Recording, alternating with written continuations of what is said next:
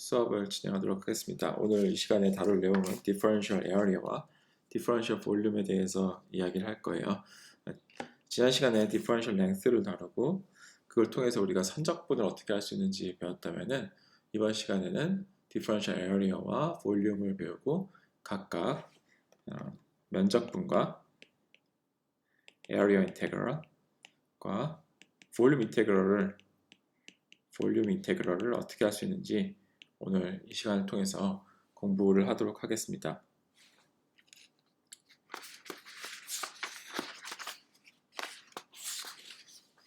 네, 그래서 2번 Differential Area부터 할게요.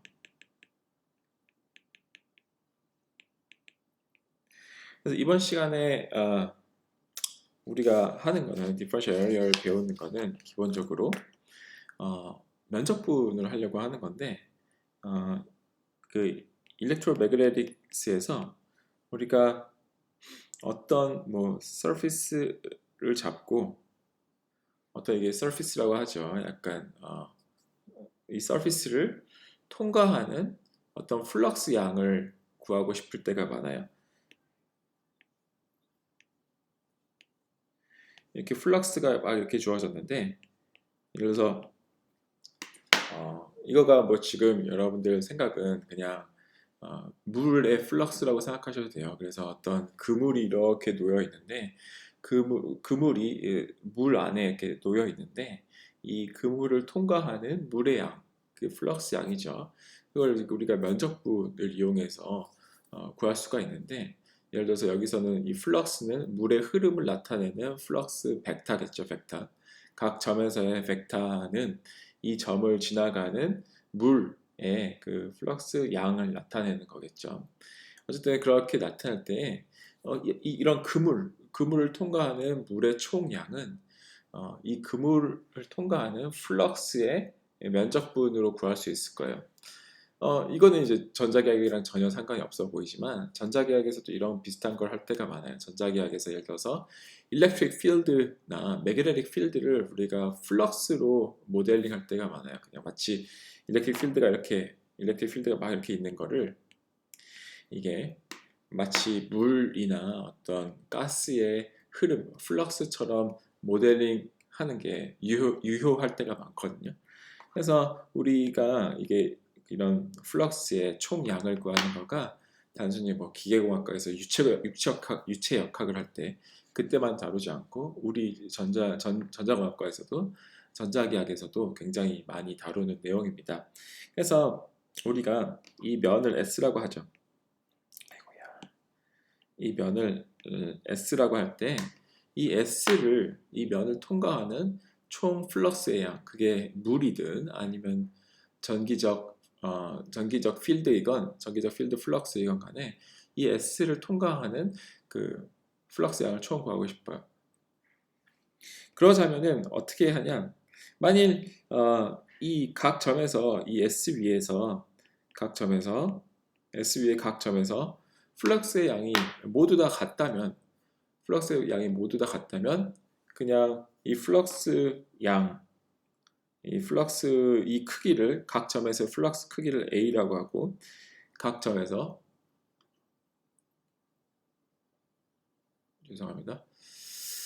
각 점에서 그 플럭스 크기를 각 점에서 플럭스 크기를 A라고 그러고 그 A가 모두 다 일정하고 이상하다. 왜 이러지? 죄송합니다. 자꾸 이게 말을 하다가 녹화를 하는데 쉬리가 켜져요. 이게 진짜 황당한데. 그래서 이거는 편집을 해야 되는데. 이 각 점에서 플럭스 A의 크기가 모두 다 일정하고 또 A가 각 점에서 마침 이 작은 면에 얘와도 다 수직한다고 해보죠. 다 수직하면은 그러면은 이 면 S를 통과하는 총 플럭스의 양은 그냥 이 A의 크기, 이 벡터 A의 크기 곱하기 S가 될 거예요. 그죠? 면적이 크면 클수록 그 더 플럭스가 더 많이 카운트가 될 거고 또 각 점에서의 그 플럭스 양이 세면 셀수록 또 이 면을 통과하는 플럭스 양이 많을 거예요. 그런데 지금 좀 더 제너럴한 경우를 보고 있는 거예요. 좀 더 제너럴한 경우는 각 점에서의 플럭스 A가 일정하지 않은 거예요. 여기서의 이 점에서의 A와 이 점에서의 A와 이 점에서 A가 서로 다르고 또 A의 방향도 S랑 서로 얼라인이 안 돼 있을 수 있어요. 그러니까 A의 방향이 아까 경우에는 이 각 미소면과 면의 방향, 면의 노멀 벡터, 법선 벡터와 일치했었다면은 지금은 그렇지 않다라고 가정합시다. 그래서 보면은 막 여기서는 이렇게 막 이렇게 나와요. 막 이렇게 나오고 그래서 여기서는 방향도 다르고 크기도 A가 막 제너럴하게 해서 일반적으로 서로 각 포인트별로 다르다고 할 때 이 점을 이 S를 통과하는 이 플럭스 A의 총량을 우리가 어떻게 구할 수가 있을까요? 이걸 구하려면은 어쩔 수 없이 S를 잘게 쪼개는 거죠. S를 이제 잘게 쪼개서 이걸 뭐 델타 S1, 델타 S2, 델타 S3, 델타 S4 하고 뭐 델타 SI부터 해서 델타 SN까지 놓을 때 각각을 통과하는 플럭스의 양을 파이라고 한다면은 그러니까 얘를 통과하는 애를 델타 파이 1이라 그러고 델타 S2를 통과하는 애를 델타 파이 2라 그러고 델타 SI를 통과하는 놈을 델타 파이 I라 그러고 얘를 통과하는 애를 델타 파이 N이라 그러면은 이 S를 통과하는 총 플럭스 양은 그래 파이라고 하면은 파이는 그냥 I는 1부터 N까지 델타 파이를 모두 다 더한 값일 거예요. 그죠? 그리고 각 델타 파이 i는 어떻게 나타날 거냐면은 델타 파이 i는 i번째 면적을 통과한 그 플럭스의 양인데 그 플럭스 양은 이걸 우리가 이 플럭스를 우리가 A라고 한다면 이 플럭스를 A라고 한다면은 각 점에서의 이 점에서의 A 벡터 곱하기 얘의 면적이 될 거예요. 면적이 될 텐데 이렇게만 넣으면 살짝 좀 우리가 전부 다 카운트를 안 하고 있다는 생각이 드는 게 예를 들어서 A 벡터와 델타 SI와의 상대적인 그 오리엔테이션이 또 중요하거든요. 그래서 예를 들어서 델타 A가 이 법선 이 얘의 법선 벡터 n과 나란히 있다면은 이 면을 통과하는 플럭스 양이 가장 많겠죠. 반면에 이 A 벡터가 이런 식으로 있다면은 그래서 n과 어떤 각도를 이루고 있다면은 이 면적은 같더라도 델타 SI 면적은 똑같더라도 첫 번째를 지나가는 애가 두 번째를 지나가는 애보다 훨씬 더 많을 거예요. 따라서 우리가 어떻게 이야기를 할 수 있냐면은 사실 얘를 통과하는 플럭스의 양은 그냥 A의 크기 곱하기 델타 SI의 크기 곱하기 여기가 아니라 이게 아니라 이 델타 파이를 정확하게 묘사하려면은 그냥 A의 크기와 이 면의 면적만 설명하면 면적만 볼 게 아니라 여기에 이 둘 사이 각도인 코사인 세타도 고려를 해줘야 될 거예요. 이걸 우리가 어떻게 쉽게 나타낼 수 있었죠? 우리가 벡터의 내적을 공부했으니까 벡터의 내적을 이용해서 얘가 A 곱하기 델타 SI의 벡터라고 하면 되겠죠. 그래서 델타 S의 지금 벡터를 정했는데 델타 S가 지금 그냥 면적이 아니라 얘가 델타 S가 얘는 벡터 퀀티티예요. 벡터 퀀티티인데 얘는 벡터 퀀티티면 이제 매그니튜드와 방향이 있을 텐데 앰플리튜드는 에어리어이고 방향은 어떻게 정의하는 게 가장 효과적일까요? 방향은 이 작은 델타 S의 법선 벡터 방향으로 선택하면 되겠죠. the norm factor of the delta S. 그래서 이 어떤 작은 면을 생각할 때 이 작은 면의 법선 벡터가 이 델타 SI, 벡터 델타 SI의 방향이고 델타 SI의 크기는 그 에어리어로 나타내면은 우리가 이 얘를 통과하는 이 플럭스가 이 델타 S, 작은 델타 SI를 통과하는 플럭스의 양을 A와 벡터 SI와의 내적으로 쓸 수 있을 거예요. 그죠?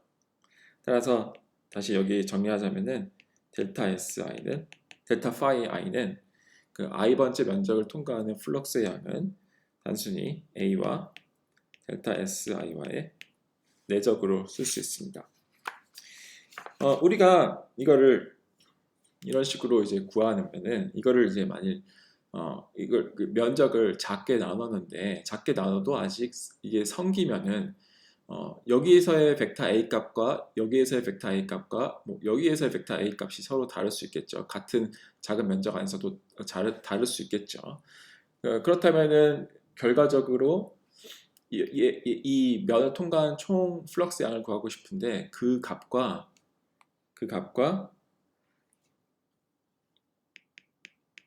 이 값이 A 델타 SI가 좀 차이가 있을 거예요.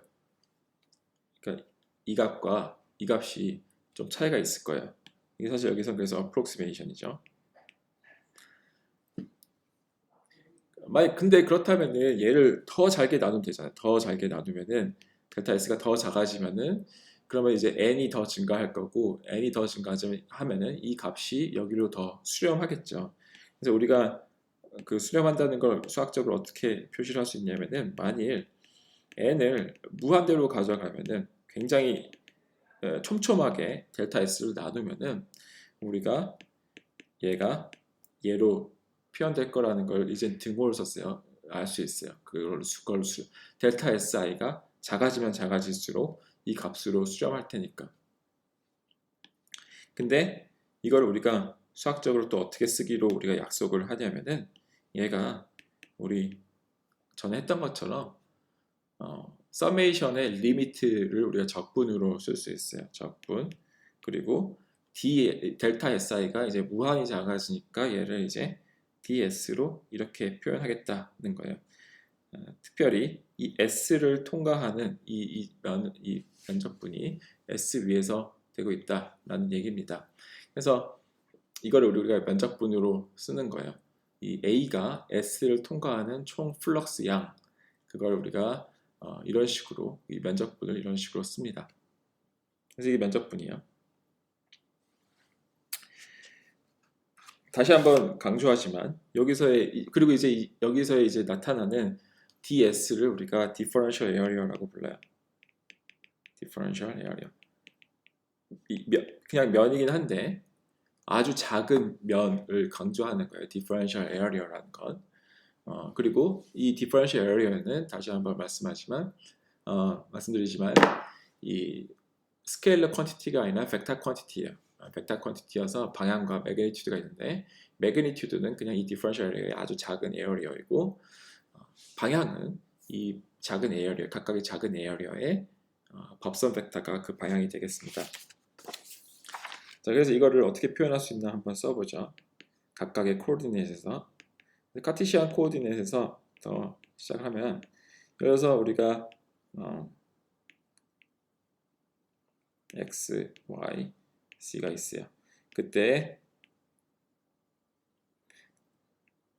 예를 들어서 어떤 플럭스가 막 이렇게 있는데 이 플럭스가 이 C는 컨스턴트인 이 면을 통과하는 그 플럭스 양을 구하고 싶어요. 그러면 우리가 이 면을 잘게 쪼개서 우리가 또 이 A의 DS를 구해야 될 텐데 이 DS는 우리가 카르티시안 코오디네이트에서는 어떻게 나타낼 수 있나? 이 DS 이 작은 면적 하나를 보면은 어떻게 이루어져 있냐면은 이 작은 면적 이 작은 면적을 보면 얘의 일단 방향은 어딘가? 이 방향은 이 면의 법선 벡터라고 했죠. 이 면의 법선 벡터니까 그걸 취하면은 생각해보면 이게 C 벡터가 되겠죠. 얘는 C 벡터가 될 거예요. 그래서 방향은 C 벡터이고 얘의 크기는 어떻게 될까요? 얘 크기를 우리가 이렇게도 쓸 수 있고 ds라고도 쓸 수도 있는데 ds는 우리가 어떻게 표현할 수가 있을까요? 카르테시안 코오르디네이트에서 ds를 이제 우리가 이 작은 면적이 이루고 있는 어, 어, 델타 x와 dx와 dy로 표현하자면은 그러니까 이 ds가 x축으로는 dx만큼 변화하면서 이루어져 있고 y축으로는 dy만큼 변화하면서 이루어져 있죠. 그래서 이 dx와 dy로 우리가 이 ds를 표현하자면은 단순히 dx와 dy의 곱일 거예요. 그래서 얘는 dx, dy 얘의 크기, 이 면적은 dx 곱하기 dy일 겁니다. 그래서 우리가 이 두 가지 사실을 조합해서 써보면은 ds는 크기는 dx 곱하기 dy이고 방향은 c 방향인 놈으로 쓸 수 있을 거예요. 그래서 이, 이 평면을 이루고 있는 미소 면적 differential area ds는 우리가 수식적으로 dx 곱하기 dy 곱하기 c 햇으로 쓸 수 있습니다. 그럼 폴라 코오디네이트는 어떤가 볼까요? 폴라 코오디네이트는 이렇게 이루어져 있어요.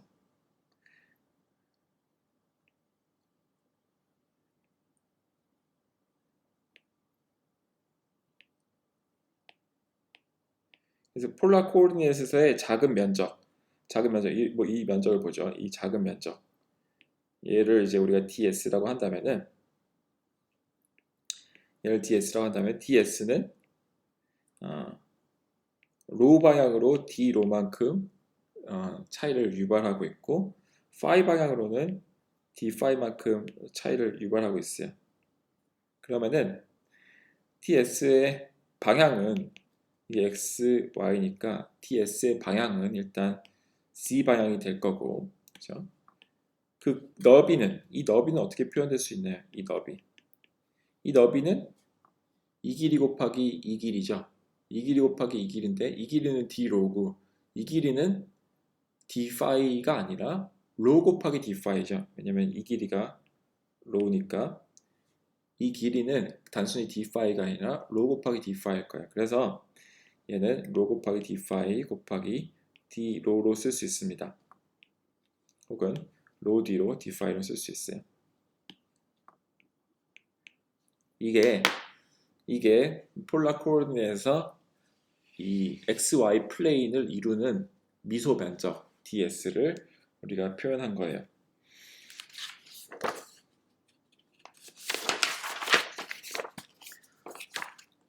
자, 그러면 cylindrical coordinate는 보죠.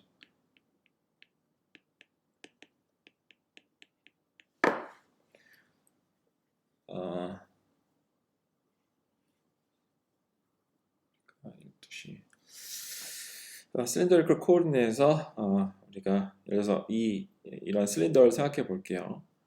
이런 실린더를 생각할 때 그리고 이게 이제 이 좌표계에서 x, y, z 좌표계에 놓여 있는데 이 실린더는 보면은 이 실린더는 세 개의 면이 있죠. 윗면, 옆면, 아랫면이 있습니다. 그래서 윗면을 A라 그러고 옆면을 B라 그러고 아랫면을 C라고 해보죠. 그러면은 A에서는 윗면에서는 우리가 미소 면적을 어떻게 표현할 수 있을까요? cylindrical coordinate이니까 결국에 여기서 rho, phi, c로 표현이 될 텐데 여기서의 작은 미소 면적은 다시 또 d 로 곱하기 얘 길이인 로 곱하기 d phi가 되겠죠. 얘가 d phi니까. 따라서 on A에서는 A 면적에서 A 면에 있는 미소 면적 ds는 방향은 c 방향이고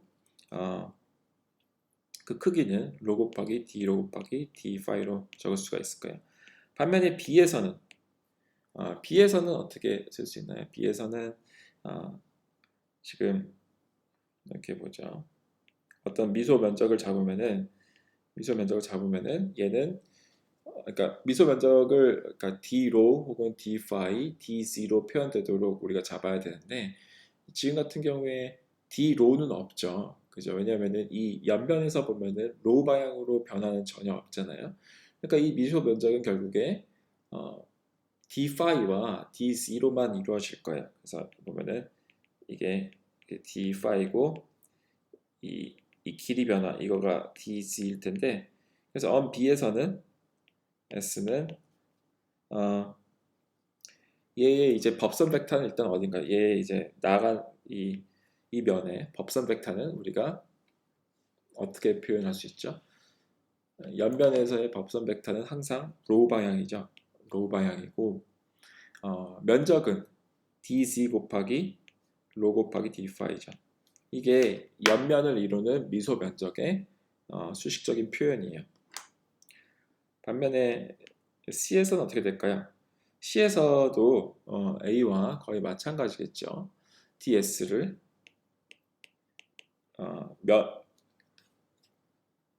DS를 표현하자면은 로 곱하기 D로 D5 얘가 DS의 크기일 거예요. 법선 벡터를 S에서의 법선 벡터를 아까와 마찬가지로 C 방향으로 둘 수도 있죠. 이래도 상관없는데 우리가 이 수업에서 혹은 전자계학 혹은 다른 책도 마찬가지고 물리학에서 일반적으로 물리학에서 법선 어떤 면의 법선 벡터를 사실 두 개로 정할 수 있잖아요. 이 면이 있으면 이 면은 이쪽 방향도 얘의 법선 벡터고 이 들어가는 방향도 법선 벡터죠. 그런데 이런 크로즈드 부피가 있으면 이렇게 딱 갇혀진 부피가 있으면은 이 법선 벡터를 흔히 우리가 컨벤셔널리 어떤 방향으로 선택하냐면은 나아가는 방향으로 선택해요. 지금 아까 설명 안 했지만 A에서도 보면은 Z 방향이라는 거가 이 부피, 갇혀진 부피로부터 나아가는 방향으로 정의가 됐죠. B에서도 우리가 법선 벡터를 이 안쪽, 이 Z축 쪽으로 있는 걸로 정할 수도 있는데 우리가 은근슬쩍 나아가는 방향으로 정했어요. 그게 컨벤션이에요. 모두들 그렇게 해요. 다 같이 그냥 안쪽으로 정하는 걸로 정하자 그러면은 그렇게 할 수도 있을 텐데 지금 상황은 다 같이 바깥쪽으로 하는 걸로 정하자라고 많이 약속이 되어 있어요.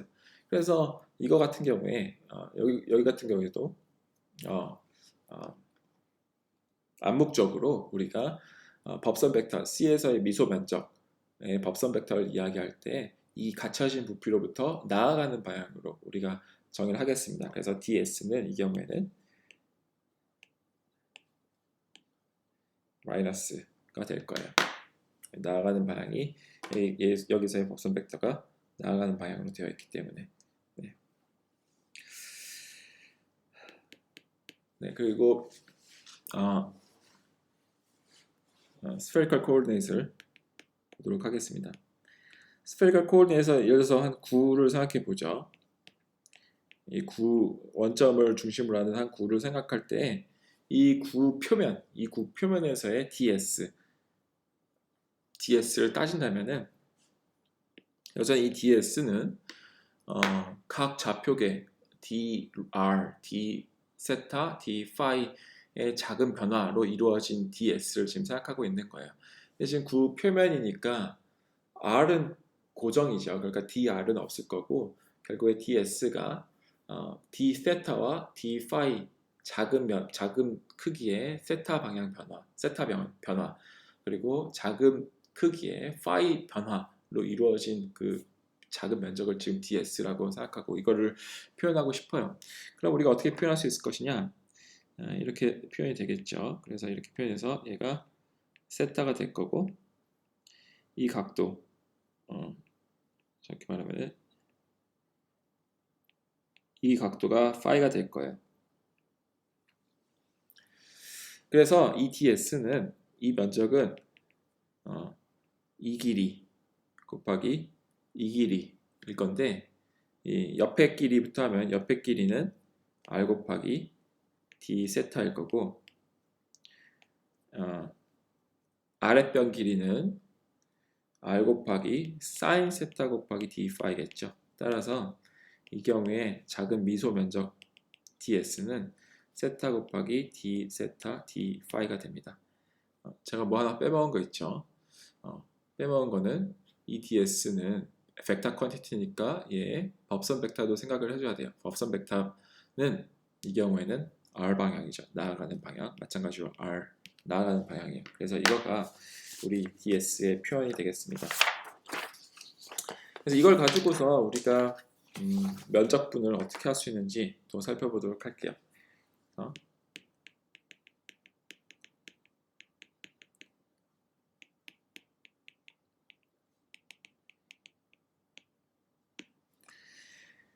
그래서 하나만 예를 듭시다. 다 하자니 힘드니까. 아니 두 개 다 들죠. 두 개 다 중요한 예네요. 실린더리컬 코오디네이트에서 생각해 보죠. 우리가 어떤 파이프가 있어요. 워터 파이프, 물 파이프가 있는데 물 파이프가 이렇게 C 방향으로 놓여 있어요.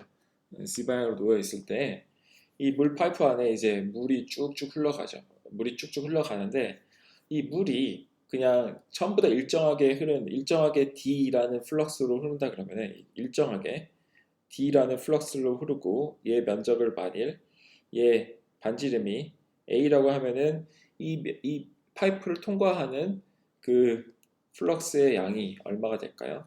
그러면은 그냥 D 곱하기 A 스퀘어 파이가 되겠죠. 그죠? 단위 면적당 플럭스가 D만큼 흘러가고 있고 얘 면적이 A 제곱 곱하기 파이니까 D 곱하기 A 제곱 파이가 이 파이프를 통과하는 플럭스의 총량이 될 거예요. 그런데 문제를 조금 더 복잡하고 현실적으로 만들기 위해서 예를 들어서 물이 이렇게 파이프를 통해서 흘러가는데 이 파이프를 통해서 흐르는 물의 양이 점마다 좀 다르다 합시다. 조금씩 다르다 합시다. 예를 들어서 파이프의 그 바운더리에서는 아무래도 좀 마찰이 세겠죠. 물이 흘려다니려면 마찰이 세니까 여기로는 많이 안 흐르고 주로 이 위로 많이 흐른다고 합시다.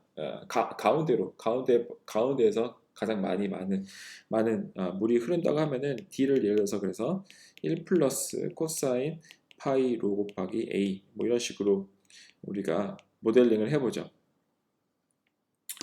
그래서 아주 가장자리라는 건 로는 A에서는 파이프 이게 D가 전혀 안 흐르고 왜냐면 1 더하기 마이너스 1이 되겠죠. 반면에 아주 중앙 로는 0에서는 1 더하기 1에서 2만큼 흐른다고 하는 그런 거예요. 그래서 이거를 이렇게 그려보면은 이런 식으로 흘릴 거예요. 그래서 가장자리에서는 플럭스가 전혀 흐르지 않고 거의 다 중간에서 흐르는 플럭스를 이와 같은 플럭스가 있다고 합시다. 그때 이 파이프를 통과하는 총 플럭스 양을 구하고 싶어요. 그거 어떻게 할까요? 이거 구하면은 이렇게 구할 수 있어요. 일단은 수식적으로 쓰면은 이걸 S라고 하면은 이 S를 통과하는 플럭스의 총량은 이 D의 이 S 위에서의 면적분이에요. 면적분이죠. 그런데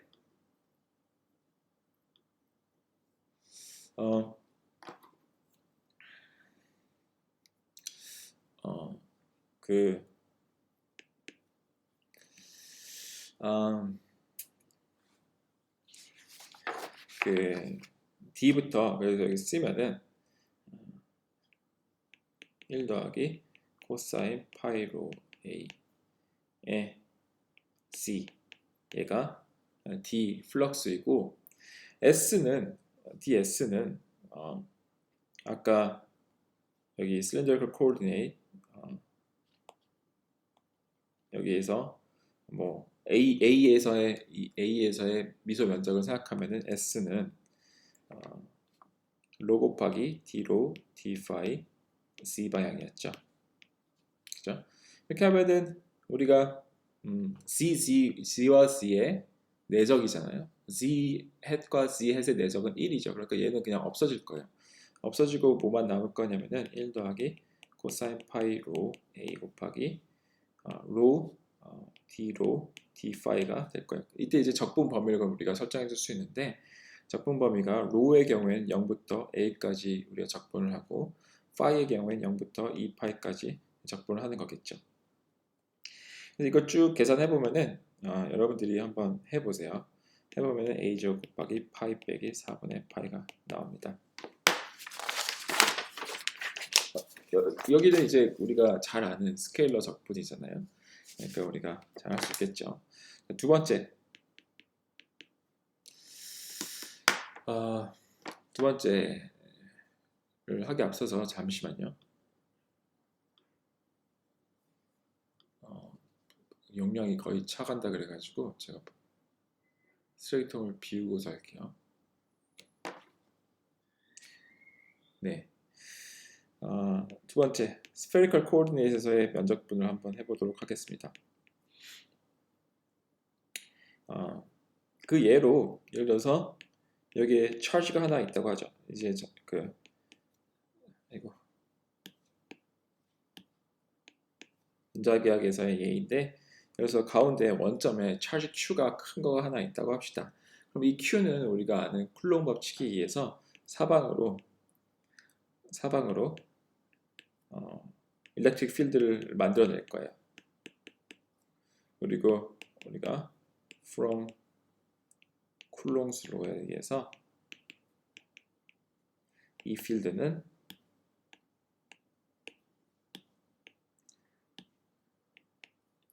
Q 나누기 4파이 엡실론 0분의 R 제곱 R이라고 우리가 쓸 수 있죠. 이게 우리가 알고 있는 charge Q가 만들어내는 일렉트릭 필드예요.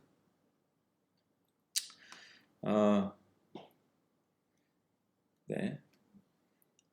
이때 우리가 원 하나를 가상적으로 생각해 보죠. 원을 이런 가상적인 원을 생각하면 반지름이 A인 가상적인 원을 생각하고서 이 일렉트릭 필드가 이제 마치 뻗어나가는 거가 마치 플럭스라고 생각하고 마치 물이 흘러가는 플럭스라고 생각하고 이 일렉트릭 필드의 이 플럭스가 이 구의 표면적을 통과하는 총량을 구하고 싶어요. 이 구의 표면을 통과하는 총 일렉트릭 필드 플럭스의 양을 구하고 싶습니다. 그러면 우리가 어떻게 구할 수 있을까요? 그걸 파이라고 표현을 한다면은 이 파이는 일렉트릭 필드를 구의 면을 그 표면을 우리가 S라고 한다면은 이 S 위에서 일렉트릭 필드를 총 면적분한 거가 될 거예요. 여기서도 이제 이 면은 닫혀진 면이죠.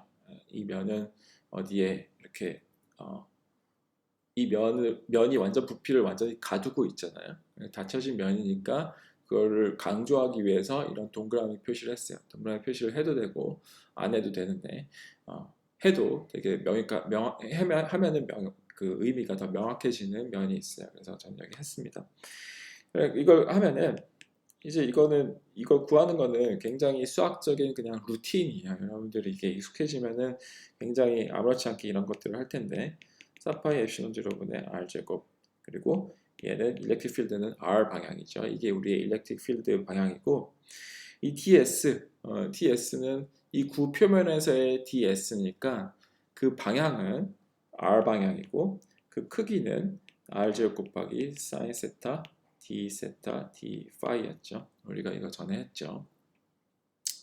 따라서 여기에 그냥 대입하면은 다시 또 R과 R의 내적이 있죠. 이 R과 R의 내적은 그냥 1이 되고 우리가 흔히 잘 알고 있는 그 스케일러의 그냥 이중 적분으로 멋지게 줄어듭니다. 간단해집니다. 그래서 D 세타는 0에서부터 파이까지 적분을 하고 있죠. 세타는 0에서부터 파이까지 적분하고 있고 파이는 0에서부터 2파이까지 적분을 하고 있죠. 그래서 이거를 우리가 계산을 해보면은 우리가 간단히 해보면 4파이 엡실론 얘는 다 상수니까 나오고 사인 세타가 0부터 파이까지 적분을 하고 0부터 2파이까지 d파이를 적분하고 있죠. 그래서 얘 같은 경우에는 그 크기가 2파이고 얘는 그 크기가 2여서 우리가 Q 나누기 엡실론 제로라는 아주 또 간단한 결과를 얻게 돼요. 그래서 일렉트릭 필드 표현 자체가 그렇게 간단하진 않았죠. 4파 엡실론 제로 나누기 R 제곱. 그렇게 간단하지 않았는데 이거를 면적분을 하면은 우리가 생각하기에 표현이 더 복잡해질 것 같은데, 왜냐면은 이것도 복잡한데 적분을 하고 있잖아요. 그러니까 더 표현이 복잡할 것 같은데 의외로 굉장히 간단하게 그냥 Q 나누기 엡실론 제로라는 아주 간단한 식으로 나왔어요. 이거가 우리가 아주 중요하게 생각하는 가우스 로입니다. 쿨롱의 법칙과 사실 동치인 법칙이에요. 가우스 로입니다. 동치라는 거는 우리가 쿨롱의 법칙을 통해서 가우스 법칙을 이런 식으로 유도할 수도 있고, 가우스 로에서 우리가 쿨롱의 법칙을 유도할 수도 있어요. 자, 그리고 우리 디퍼런셜 마지막으로 볼륨을 하도록 하겠습니다.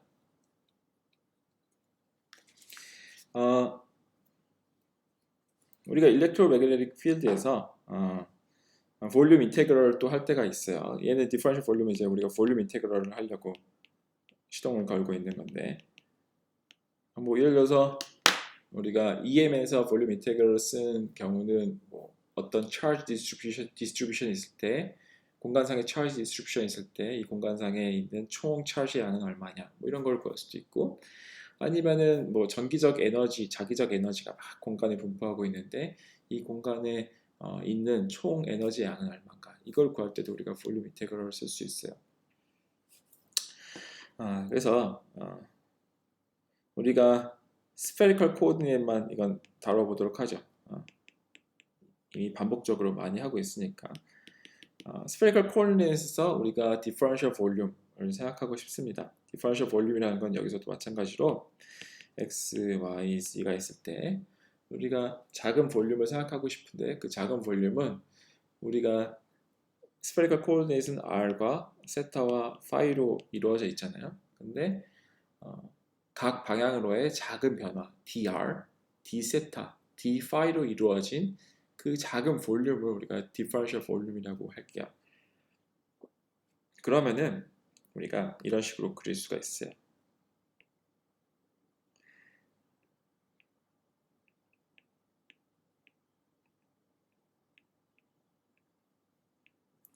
이런 식으로 이렇게 있을 때 여기가 이만큼이 dr, 이만큼이 d세타, 그리고 이만큼이 d파이로 이루어졌다고 생각할 수 있죠. 그래서 dr, d세타, d파이로 이루어진 이 작은 면적을 우리가 dv라고 합시다. dv, 얘는 방향이 없는 애예요. 그냥 방향이 없이 그냥 스케일러 값입니다. 그러면은 dv의 이 스케일러 값은 이 작은 부피의 부피라고 할 수 있는데, 그 부피는 이 길이 곱하기 이 길이 곱하기 이 길이라고 할 수 있겠죠. 이 길이는 dr이고 이 길이는 지금 r 곱하기 d 세타고, 이 길이는 r 곱하기 sin 세타 곱하기 d 파이죠.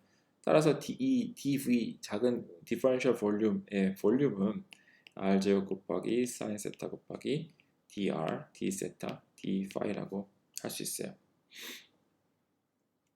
자, 이거를 가지고 바로 우리 어플리케이션을 해보도록 하죠. 어플리케이션, 볼륨 인테그럴의 어플리케이션을 우리가 예를 들어서 우리가 charge distribution 있어요. 공간에 어떤 charge가 distribute 하는데, 우리가 charge가 공간상에서 이와 같은 함수를 가지고서 분포를 한다고 합시다. 파이가 작은 데서는 굉장히 많이 분포하고, 파이가 90도가 됐을 때는 굉장히 조금 분포하고, 파이가 다시 커지면 많이 분포하는 이런 식으로 분포하는 놈을 생각해 보죠. 이때에 반지름이 4인 중심이 원점에 있고 반지름이 4인 9에 둘러싸여 있는 총 차지양을 구한다 합시다. 그러면은 이 총 차지양은 이 charge density, charge가 얼마나 공간상에서 얼마 덴스하게 분포하고 있나, 그 charge density를 우리가 공간에 대해서 적분한 거가 될 거예요. 그러면 이 식을 그냥 쓰면 되죠. 3 곱하기 코사인 제곱 파이고 V는 그 스페리컬 코오디네이트에서 R 제곱 곱하기 사인 세타 dr d 세타 d 파이죠. 이 적분 범위도 우리가 여기서 이제 명시할 수 있는데 R의 경우에는 0부터 4까지고 세타는 0부터 파이, 파이는 0부터 2파이까지가 되겠죠. 그래서 이거를 각각 따로 우리가 면적 그 적분을 취해 보면은 R의 경우에는 R의 함수는 3R 제곱이 있죠.